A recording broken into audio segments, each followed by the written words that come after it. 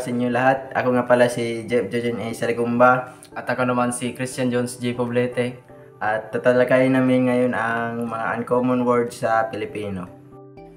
Una, sulatorniko kung sa English ay email.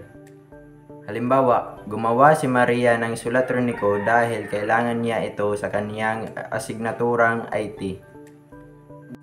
Gumawa si Maria ng sulatroniko dahil kailangan niya ito sa kanyang asignaturang IT.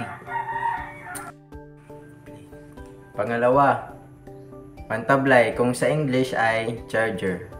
Halimbawa, maaari ba akong makahiram ng pantablay? Maaari ba akong makahiram ng pantablay? Pangatlo, yakis. Kung sa English ay sharpener.